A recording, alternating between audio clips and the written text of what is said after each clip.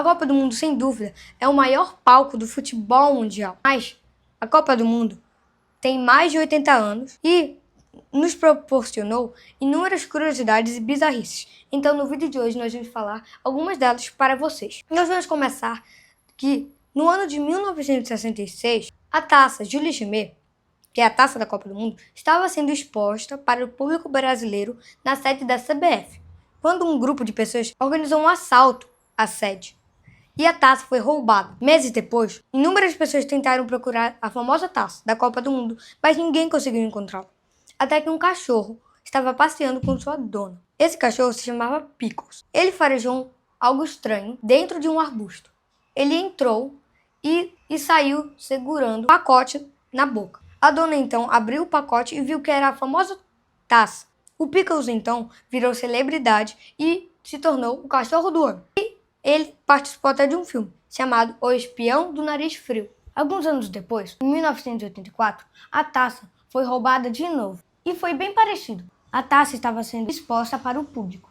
Até que o segurança foi lá ver a taça, não estava mais lá.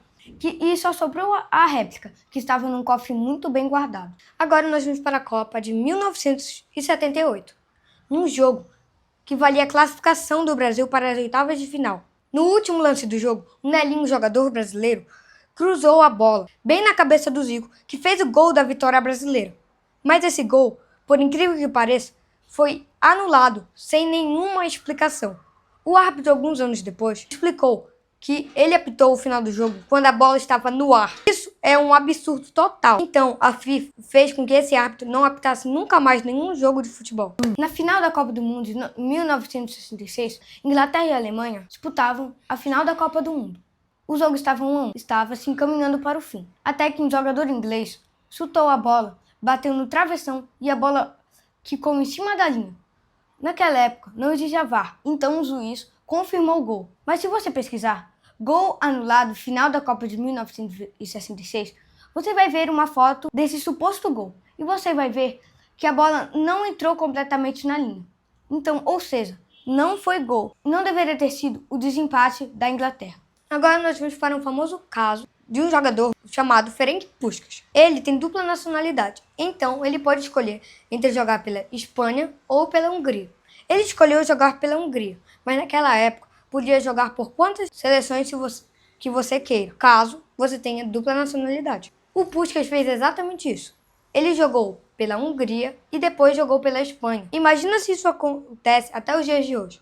O Lewandowski, ele tem dupla nacionalidade. Ele pode escolher entre jogar pela Polônia ou pela Alemanha. Ele escolheu jogar pela Polônia. Mas imagina se ele escolhesse jogar pela Alemanha. Assim, não teríamos tido o 7-1, teria sido 12.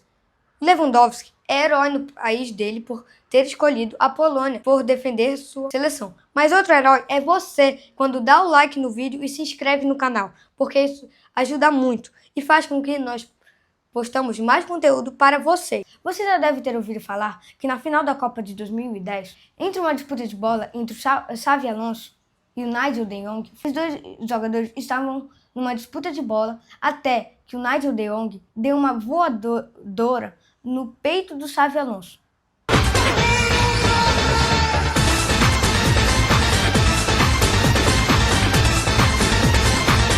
O juiz não conseguiu ver o lance, pois a sua visão estava sendo prejudicada por um jogador holandês. Então, o Nigel de Jong não ganhou o cartão vermelho. Mas se tivesse VAR, o Nigel de Jong iria direto para o camburão.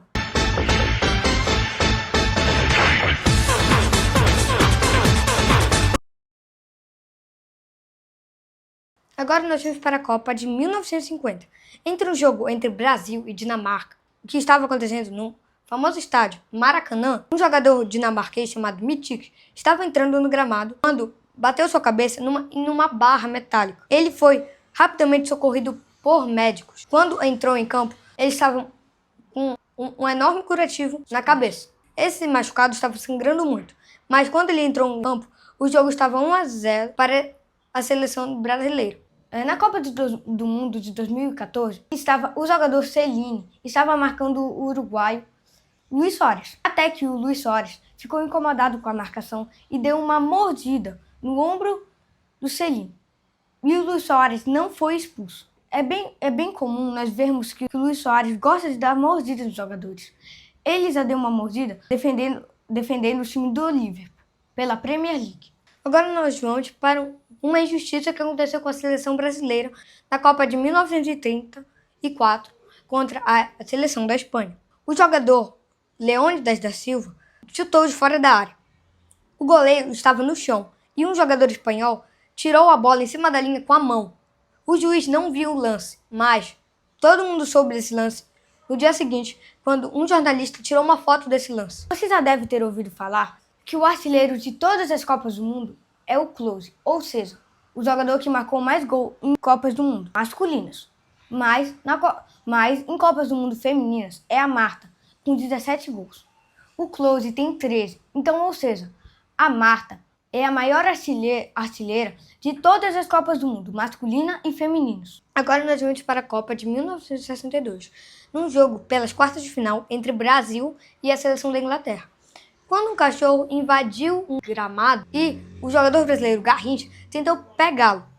Mas esse pequeno cachorrinho driblou o Garrincha e tentou encontrar um novo adversário, que era um inglês. Esse inglês pegou esse cachorro e, anos depois, o Garrincha adotou esse cachorro e deu o nome de Bi, em homenagem ao bicampeonato brasileiro de 1962. Ter visto antes de jogos de futebol ou no intervalo que o campo é irrigado por irrigadores automáticos. Essa água é água doce, que faz bem ao gramado. Mas na Copa do Mundo de 1978, Alemanha e Polônia estavam jogando entre si. E antes do jogo, o campo foi irrigado com água do mar. O campo ficou muito prejudicado e atrapalhou aquele jogo. Sim.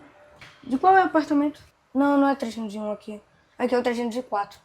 Agora nós vamos para a final da Copa do Mundo de 1982. Entre um jogo entre Alemanha e França. No último lance do jogo, o lançamento para o atacante Bastoni da França. Ele ia dar um voleio espetacular e a bola ia bem no cantinho do goleiro Schumacher. Mas o Schumacher queria trapacear. Ele deu uma voadora aqui no Bastoni, que quebrou 3 dentes e 2 costelas. Ele saiu de maca e foi direto para o hospital.